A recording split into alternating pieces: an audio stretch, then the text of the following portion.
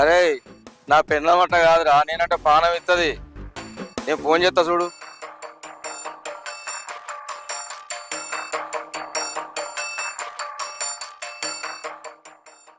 Hello hello, ఏందో చెప్పు.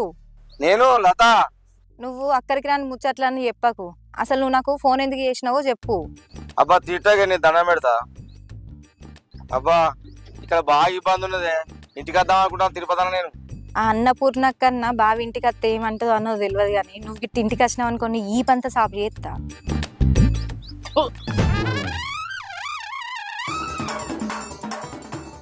ఈడుండి పని చేసే సాతగాక ఆడిపోయి పని వాళ్ళకి కొడతా అని వేయండి, మళ్ళీ అత్తా అని ఫోన్ చేస్తా అండి. ఇంకా చెల్లె ఏం చెప్తున్నావే? ఏం లేదే అక్క, ఇగో నా